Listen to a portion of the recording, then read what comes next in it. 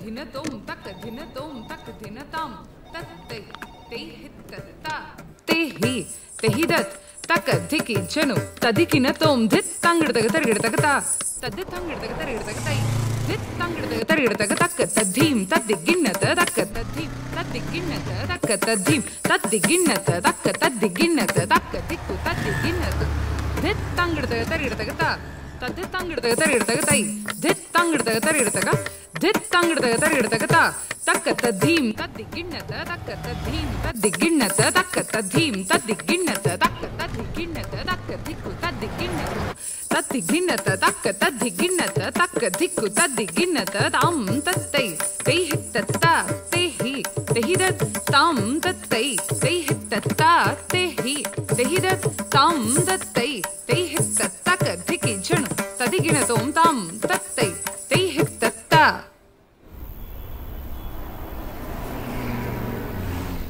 నువ్వేమంటావని ఎంత టెన్షన్ పడ్డానో తెలుసా? ఇంకా టెన్షన్గానే ఉందనుకో. అంటే నువ్వు రాసిన దాంట్లో లాస్ట్ వర్డ్ నన్ను పెళ్లి చేసుకుంటానన్నది తప్ప నాకేం అర్థం కాలేదు. అందుకే నేను ప్రింట్అవుట్ తెమ్మన్నా. తెచ్చావా? తెచ్చాను. అయినా ఇందులో అర్థం కాకపోవడానికి ఏముంది? అంటే నా సెకండ్ లాంగ్వేజ్ హిందీ బాబు. నాకు తెలుగు చదవడం రాదు. చిన్నప్పుడు రూర్కేలాలో ఉండేవాళ్ళం. అవునా? అయితే ఇప్పుడు మొత్తం చదివి వినిపించాలా నీకు? Embarrassing moment. అది చెప్పలేకే కదా మెయిల్ పెట్టాను. ఏం రాసావో తెలుసుకోవాలని నాకుంది. ముందు చదువు, తర్వాత మాట్లాడుకుందాం. ఎక్కడ కూర్చుందాం? కాఫీ తాగుదామా? ఓకే.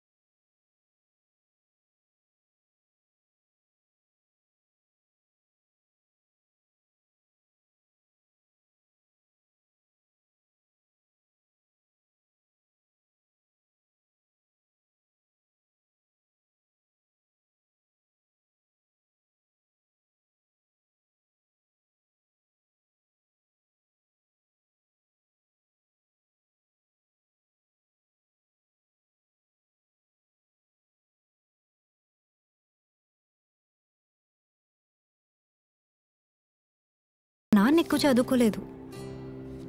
రూర్కెలాలో క్లాస్ 4 ఉద్యోగం. మాకు ఊర్లో చిన్న కొబ్బరి తోట ఉండేది. తుఫాన్కి పూతకి కాయకి పనికి రాకుండా పోయింది. అప్పుడు వెళ్ళిపోయాం రూర్కెలా. అన్నయ్య నేను పుట్టాక కూడా మా నాన్నగారి జీతం 1800. 1800తో 4 మనుషులు ఎలా బతుకుతారో నీకు ఐడియా ఉందో లేదో నాకు తెలీదు. మమ్మల్ని బాగా చదివించాలని, మంచి స్కూల్లో వేయాలని నాన్న ఓటీ చేసేవారు. గంటకు 15 రూపాయలు. రోజుకు 5-6 గంటలు పైగా ఓటీ చేసేవారు. అసిడిటీ వచ్చింది. బాగా ఆకలితో ఇంటికొస్తే కడుపు నిండా తినేంత వీలుగా రుచికరమైన భోజనం ఉండేది కాదు. అమ్మ మాత్రం ఏం చేస్తుంది? ఉన్న వాటితో ఉన్నంత. నాన్నకు కోపం వచ్చేది. పళ్ళెం విసిరికొట్టేవాళ్ళు. అమ్మని చావ బాధేవారు. తర్వాత ఏడ్చేవారు. అమ్మ కూడా ఇచ్చేది. అలాంటి రాత్రులు చాలానే ఉన్నాయి. నాన్న నెక్స్ట్ ఇయర్ రిటైర్ అవుతారు. ఇప్పుడు ఆయన శాలరీ 42,000. హైదరాబాద్లో ఫ్లాట్ కొన్నారు. ఈఎంఐ అన్నయ్య కడతాడు. నాన్న రిటైర్ అయ్యాక హ్యాపీగా నచ్చినవి తింటూ హాయిగా అమ్మతో కబుర్లు చెప్పుకుంటూ ఉండాలనేదే మా కోరిక. ఇదంతా ఎందుకు చెప్తున్నానంటే రేపు పెళ్ళయ్యాక నా అర్నింగ్స్ నీకోసం, మన పిల్లల కోసం ఖర్చు పెడతాను.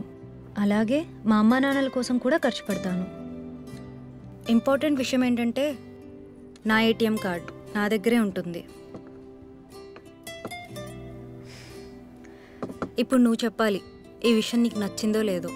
చెప్పాను కదా, మిడిల్ క్లాస్ ఫ్యామిలీ. చదువుకొని మంచి జాబ్ రావాలని చాలా కష్టపడి చదివాను. చాలా వరకు ఫ్రీ సీట్స్, మెరిట్ బేస్డ్. పిక్నిక్లు, టూర్లు అస్సలు తెలియవు. రూర్కెలా దాటి ఎప్పుడైనా అమలాపురం రావడమే గొప్ప.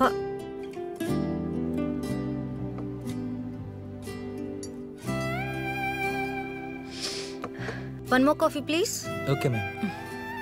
సో జాబ్లో సెటిల్ అయ్యాక ఈ ప్రపంచం మొత్తం తిరగాలని నా కోరిక. నువ్వు అబ్జర్వ్ చేసుంటే ఫ్రైడేస్ కొన్నిసార్లు నేను ప్యాక్తో ఆఫీస్కి వస్తాను. 2 days ఏదైనా ప్లేస్కి వెళ్ళొస్తాను.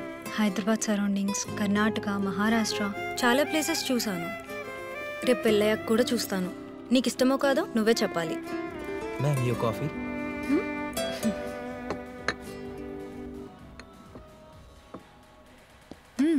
నాకు కాఫీ అంటే చాలా ఇష్టం. నీకు ఇంకోటి చెప్పనా? వద్దు, ఇట్స్ ఓకే.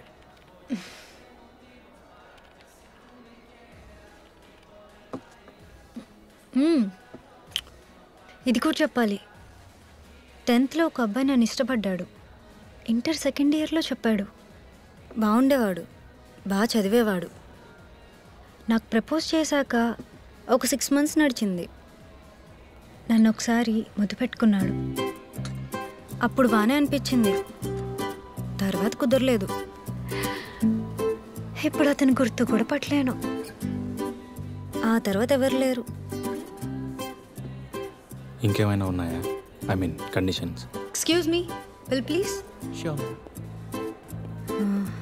ఇంకేం లేవు. ఫైనల్గా ఏమంటానంటే, నిన్ను వద్దంటానికి ఏ రీజన్ లేదు. మంచివాడివి, నీ బిహేవియర్ కూడా బాగుంటుంది. సో నేను నిన్ను ప్రేమిస్తాను, గౌరవిస్తాను. మా అమ్మా నాన్నల పట్ల పెళ్ళైన తర్వాత కూడా